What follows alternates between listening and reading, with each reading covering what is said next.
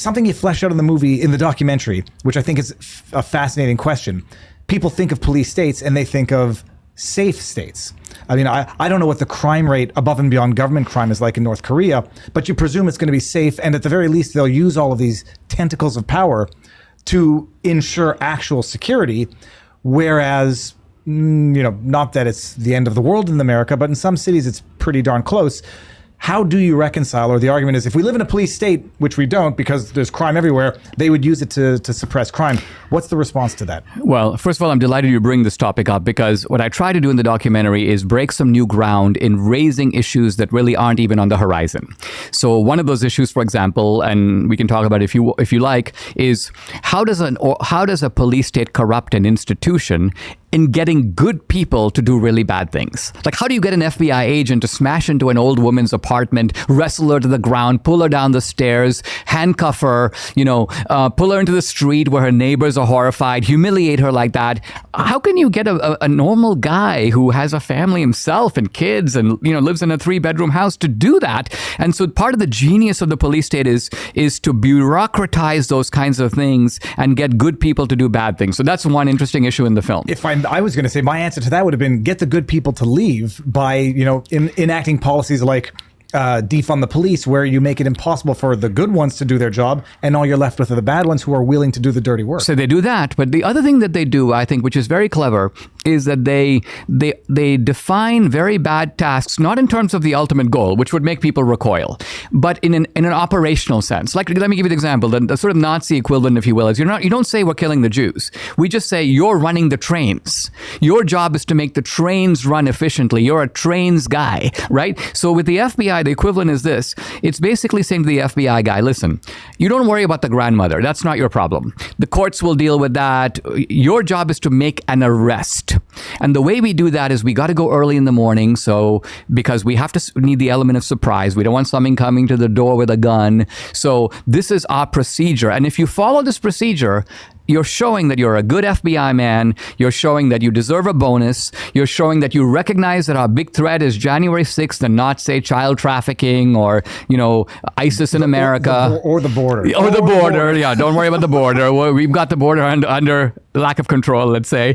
And so this is how you retire with a pension. This is how you are seen as a team player. So think of all these just normal, mundane motives that are being recruited for bad ends.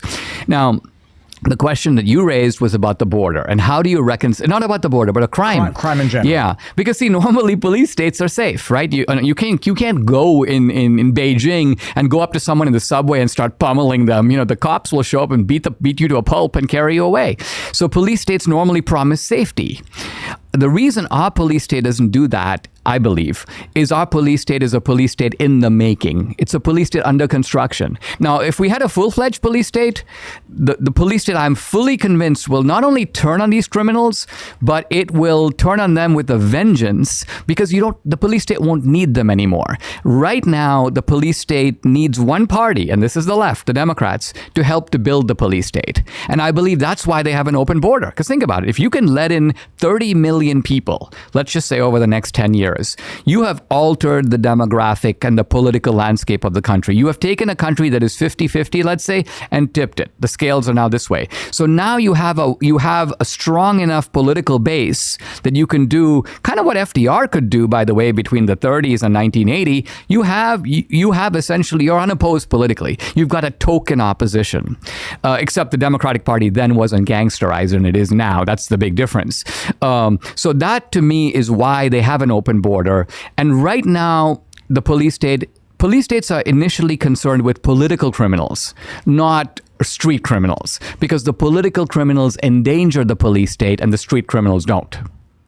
That's why I think they're not too worried about crime in the cities. What they're really worried about is parents objecting at school board meetings. They really care about pro-life activists. They care about what they call the MAGA types. I mean, they've created, as you saw from that Newsweek article, a whole category of, and I mean, the fact that they can do this in a free society so brazenly, where you try openly to lock up the leader of the opposition party.